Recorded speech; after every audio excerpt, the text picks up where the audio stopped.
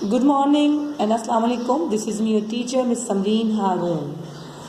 Children, today we are going to write true or false of this chapter, memory. Okay.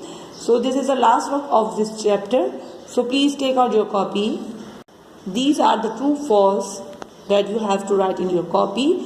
First, you have to mention the date. Today is 15th of April 2021. Day is Thursday.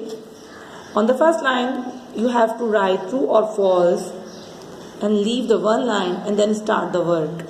The first sentence is ROM is a temporary memory. Yes, my dear children, this is also true. Yes, this is a false. ROM is a permanent memory. ठीक है, यहाँ temporary लिखा तो this is wrong, so you have to write here false. Number 2 is RAM is a permanent memory. Yes, my dear, this is true or false? Yes, this is a false. RAM is a temporary memory. Yes, but यहाँ पे लिखा हुआ permanent, तो आप क्या लिखोगे? False. The 3 is RAM stands for random access memory.